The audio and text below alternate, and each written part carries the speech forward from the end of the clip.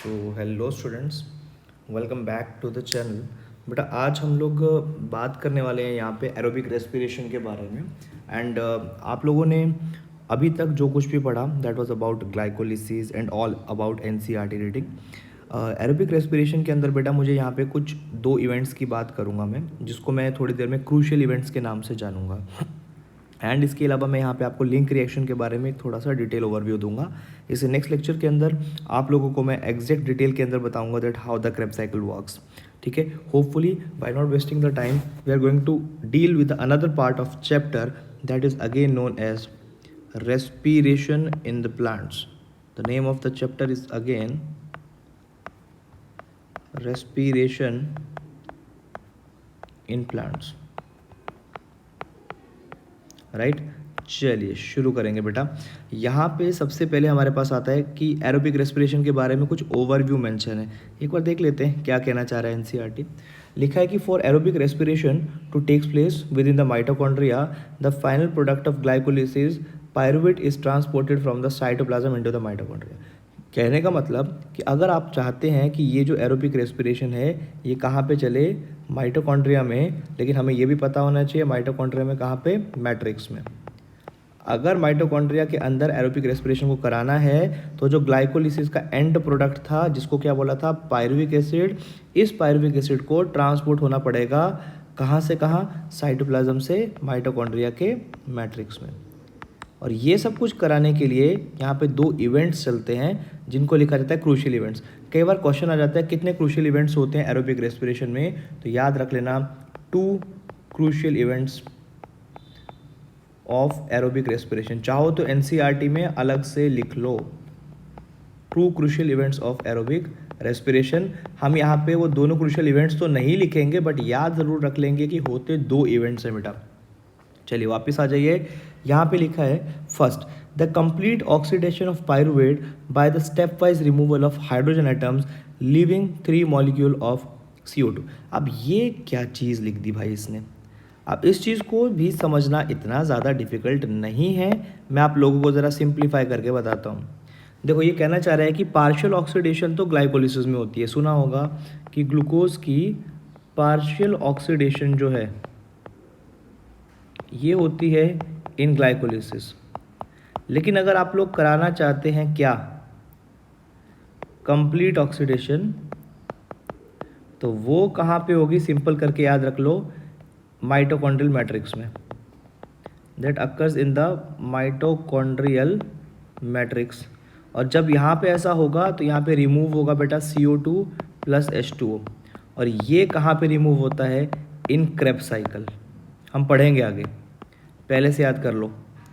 तो यहाँ पे याद रखने वाली चीज़ कि जो पहली सेंटेंस है वो क्रेब्स साइकिल के लिए भाई, कि अगर मुझे कंप्लीट ऑक्सीडेशन कराना है किसका, पायरुविक एसिड का, तो मुझे हर स्टेप के ऊपर जाके CO2 रिलीज करना पड़ेगा। तो यहाँ पे याद रख लेना इन 3 CO2 में से, यहाँ लिखा 3 CO2 मॉलिक्यूल, इसमें से 2 CO2 रिलीज होंगे इन क्रेब्स साइकिल, ध्यान से सुन लेना, और 1 CO2 रिलीज होगा इन लिंक रिएक्शन। तो टोटल कितने कार्बन डाइऑक्साइड रिलीज होंगे एरोबिक रेस्पिरेशन में, एक पायरुविक एसिड के लिए अगर मैं बात करूं तो यहाँ पे 3 होंगे। तो याद रख लेना है कि 1 अगर पायरुविक एसिड है, ठीक है, तो यहाँ पे 3 CO2 रिलीज होगा, उसमें से 1 जो CO2 है जो रिलीज हुआ that is included in link reaction. ठीक है बेटा, और जो मेरे पास 2 CO2 रिमेनिंग रिलीज होंगे they will be released in Krebs cycle. तो अगर तुम्हें कोई पूछ ले कि ठीक है ऐसा होता है, तो ये था 1 पायरुविक एसिड के, लेकिन अगर मैं इसको यहाँ पे 2 पायरुविक एसिड कर दूँ तो 6 कार्बन डाइऑक्साइड निकलेंगे, उसमें से 2 निकलेंगे लिंक रिएक्शन में और 4 निकल जाएंगे मेरे पास क्रेब्स साइकिल में। राइट, चलिए मैं वापस आ रहा हूँ बेटा यहाँ पे। तो ये जो लाइन जो लिख रखी है यहाँ पे, complete oxidation of pyruvic acid by the step wise removal of hydrogen atoms living 3 CO2, तो ये 2 क्रेब्स साइकिल और 1 लिंक रिएक्शन का है। तो ये वाली लाइन तो हो गई हमारे पास Krebs plus link reaction. Please NCERT में नोट करते रहना बच्चे। थर्ड सेकंड एक और पॉइंट लिखा है, the passing of the electrons removed as a part of hydrogen atom to the molecular oxygen with the simultaneous synthesis of ATP. बेटा यहाँ पे एक लाइन लिखी है, ज़रा दोबारा से देख लो क्या लिखा गया है। देखो, साइमल्टेनियस सिंथेसिस ऑफ एटीपी, एक पॉइंट ये है, ठीक है। एंड दूसरा पॉइंट बेटा दोबारा से देख लेते हैं, चलो आते हैं वापस। सेकंड पॉइंट के ऊपर क्या लिखा है, देखो इसी के साथ दोबारा से, passing of electron removed as a part of hydrogen atoms to molecule of oxygen. मतलब कि यहाँ पे क्या होने जा रहा है, पासिंग ऑफ इलेक्ट्रॉन। अब बेटा ध्यान से अगर तुम सुन लो, इलेक्ट्रॉन की पासिंग होती है इन ईटीसी, और वो होते हैं टोटल 5, लेकिन इलेक्ट्रॉन सिर्फ टोटल 4 कॉम्प्लेक्सेस में मूव करते हैं। ये भी आप लोग ईटीसी के अंदर याद रखोगे, मैंने वैसे करा रखा है, वीडियो लेक्चर के अंदर आप लोग को मिल जाएगा। साइमल्टेनियस सिंथेसिस का मतलब, एटीपी का बनाने का मतलब होता है बेटा यहाँ पे ऑक्सीडेटिव फॉस्फोराइलेशन। कॉम्प्लेक्स नंबर 5 कभी सुना होगा, जो कि एटीपी बनाता है,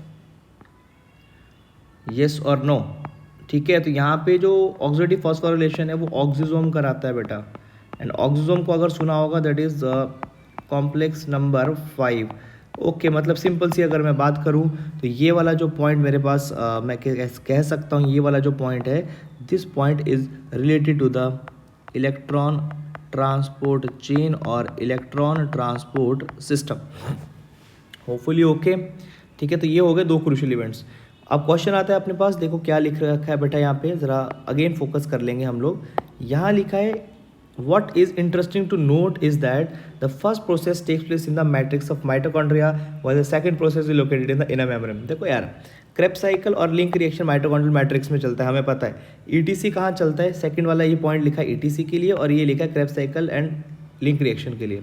नाउ अब अगर तुम्हें कोई पूछ ही लेता है कि भाई ये फर्स्ट प्रोसेस किसकी बात कर रहा है, तुम्हें याद रख लेना है Krebs cycle plus link reaction, ठीक है। और ये कहाँ चलेंगे, माइटोकॉन्ड्रियल मैट्रिक्स के अंदर। और अगर कोई पूछ लेता है कि जो सेकंड प्रोसेस है ये किसकी बात कर रहा है बेटा, तो ये बात कर रहा है इलेक्ट्रॉन ट्रांसपोर्ट चेन की, ठीक है। तो ये कहाँ चलेगा, inner membrane of the mitochondria. अब लिखा है देखो कि पायरुविक एसिड जो होता है, अब लिंक रिएक्शन को एक्सप्लेन करेगा ये थोड़ा सा। पायरुविक एसिड जो भी प्रोड्यूस होता है ग्लाइकोलिटिक कैटाबॉलिज्म, मतलब ग्लूकोज के टूटने से, वो कहाँ होगा, साइटोसोल में। अब ये डाउट आता है, तो वो साइटोसोल और कुछ नहीं है, it is the part of cytoplasm. Cytosol किसको बोलते हैं, पार्ट ऑफ साइटोप्लाज्म को, तो कंफ्यूज नहीं करना है, ठीक है। अगर कोई और बोलता है कि कौन सा पार्ट, तो अगर तुमने सेल बायो पढ़ी हो तो इसको central part of the cytoplasm बोला जाता है बेटा, ठीक है। तुम्हें अगर कोई पूछ लेता है कि पायरुविक एसिड कहाँ बनता है, ग्लाइकोलिसिस में बनता है, लोकेशन क्या होती है, साइटोसोल में होती है। फिर ये पायरुविक एसिड कहाँ एंटर कर जाता है, माइटोकॉन्ड्रिया के मैट्रिक्स के अंदर, और वहाँ पे लिखा है ऑक्सीडेटिव डीकार्बोक्सिलेशन करता है। What is that oxidative decarboxylation, किसी चीज़ के टूटने की वजह से कार्बन डाइऑक्साइड को रिलीज करता है। Release of carbon dioxide is known as oxidative decarboxylation. ये देखो मैंने थोड़ी देर पहले आप लोग को बताया था, CO2 एंड H2O निकलेगा। फिर मैंने बोला एक पायरुविक एसिड से लिंक रिएक्शन में 1 CO2 निकलेगा, 2 से 2 पायरुविक एसिड अगर है तो टोटल 6 CO2 निकलेंगे। ये CO2 निकलने की प्रोसेस को क्या बोला जाता है, ऑक्सीडेटिव डीकार्बोक्सिलेशन। तो बेटा इस चीज़ को ज़रा एक बार प्लीज़ अच्छे से याद कर लेना है। तो अगर कोई तुम्हें बोल दे कि पायरुविक एसिड कहाँ बना, तो तुम लोगों का आंसर होना चाहिए साइटोसोल में बना। कहाँ मूव किया, माइटोकॉन्ड्रिया के मैट्रिक्स में मूव किया। क्या किया उसने वहाँ पे जाके, CO2 को रिलीज़ किया, एक स्टेप में नहीं, बहुत सारे सेट ऑफ रिएक्शंस के अंदर, और वहाँ पे एंजाइम लगा पायरुवेट डिहाइड्रोजनेस। अगर कोई बोलता है ये पायरुवेट डिहाइड्रोजनेस कौन से स्टेप पे लगता है, तो यहाँ पे याद रख लेना इन लिंक रिएक्शन। लिंक रिएक्शन के अंदर जो हमारे पास है पायरुवेट डिहाइड्रोजनेस एंजाइम लगेगा, ठीक है। और यहाँ पे सेवरल को एंजाइम भी लगेंगे इंक्लूडिंग NAD। अगर बायोमोलिक्यूल पढ़ाओ, NAD nicotinamide adenine dinucleotide and COA को एंजाइम A, ये दोनों के दोनों हमारे पास क्या होते हैं एग्जैक्टली, दे आर द को एंजाइम्स। चलो अब देखो होगा क्या, इसको सिंप्लीफाई कर लेते हैं रिएक्शन को। मेरे पास एक पायरुविक एसिड है, तो ये हो गया 3 कार्बन, यहाँ पे एक COA एंटर करता है और एक NAD प्लस एंटर करता है। यहाँ पे एक एंजाइम लगेगा पायरुवेट डिहाइड्रोजनेज और मैग्नीशियम होगा उसका एक्टिवेटर, और यहाँ पे एसिटाइल कोएंजाइम A बनेगा, मतलब 2 कार्बन बनेगा, 3 में से 2 कार्बन, 1 कार्बन डाइऑक्साइड हो गया रिलीज, इसी को लिखा है ऑक्सीडेटिव डिकार्बोक्सिलेशन, और NAD कन्वर्ट हो गया NADH के अंदर। मतलब इस स्टेप के अंदर लिंक रिएक्शन में वन लिंक रिएक्शन जो है, तो आपके पास वन लिंक रिएक्शन है, यहाँ पे आपके पास ध्यान से अगर देखेंगे तो 1 NADH सिंथेसाइज हो रहा है बेटा, याद रख लेना। और 1 NADH इज इक्विवेलेंट टू कितने ATP बेटा, 3 ATP यहाँ पे सिंथेसाइज होंगे, यूज नहीं होंगे। ठीक है, अब यहाँ पे लिखा during this process 2 molecules of NAD are produce. अब ये 2 क्यों बोले, क्योंकि भाई 2 पायरुविक एसिड बनते हैं ग्लाइकोलिसिस में, तो 2 COA लगते होंगे, 2 NAD लगते होंगे, 2 ही एसिटाइल कोएंजाइम में बनते होंगे, 2 ही CO2 रिलीज होता होगा, और लास्ट में देखा जाए तो 2 ही NADH बनेंगे। तो यहाँ लिखा है इस प्रोसेस के अंदर 2 मॉलिक्यूल्स प्रोड्यूस होंगे आपके पास NADH के, कितने मॉलिक्यूल ऑफ पायरुविक एसिड के टूटने से, 2 मॉलिक्यूल ऑफ पायरुविक एसिड के टूटने से। और 2 मॉलिक्यूल ऑफ पायरुविक एसिड कितने ग्लूकोज से मिलता है, 1 ग्लूकोज से मिलता है। कौन सी प्रोसेस से मिलता है, ग्लाइकोलिसिस से मिलता है। फिर लिखा है द एसिटाइल कोएंजाइम ए। अब ये जो एसिटाइल कोएंजाइम ए है, ये कौन सी वाली साइकिल को स्टार्ट कर देगा, क्रेब्स साइकिल को, जिसका दूसरा नाम क्या बोला है, ट्राई कार्बोक्सिलिक एसिड साइकिल। क्यों बोला है, क्योंकि यहाँ पे जो फर्स्ट स्टेबल कंपाउंड होता है दैट इज सिट्रिक एसिड, और सिट्रिक एसिड के अंदर 3 कार्बोक्सिलिक ग्रुप प्रेजेंट होते हैं। मैंने एक शॉर्ट सी वीडियो में आपको बताया था। यहाँ पे एक साइंटिस्ट है जिसने साइकिल को दिया था, हैंस क्रेब। तो होपफुली आप लोगों को बेटा यहाँ पे एरोबिक रेस्पिरेशन का एक छोटा सा जो मैं ओवरव्यू देना चाह रहा था क्लियर हो गया होगा। स्टिल अगेन सेम चीज़ रिपीट कर रहा हूँ, if you find any doubt then you can do ask in the comment section. Thank you so much and good day, stay tuned.